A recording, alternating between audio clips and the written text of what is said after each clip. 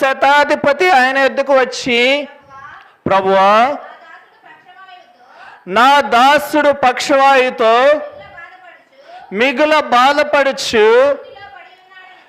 చూడండి, ఈ సందర్భం మనకు చాలా సుపరిచయమే. అధికారంలో చాలా అధికారాలు ఉన్నాయి.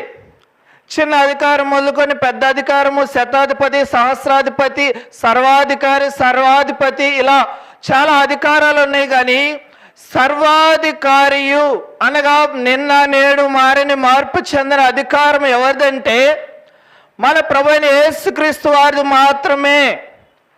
అధికారము మనల్ని రక్షించడానికి, అధికారం మనల్ని పాపం నుంచి విడిపించడానికి, అధికారము మనం పాపం నుంచి అనగా పాపల చేతను అపరాధుల చేతను చచ్చిన మనల్ని అధికారం ఎలా విడిపించిందో తెలుసుకోవటానికి మనం ఈ సందర్భాన్ని చూస్తే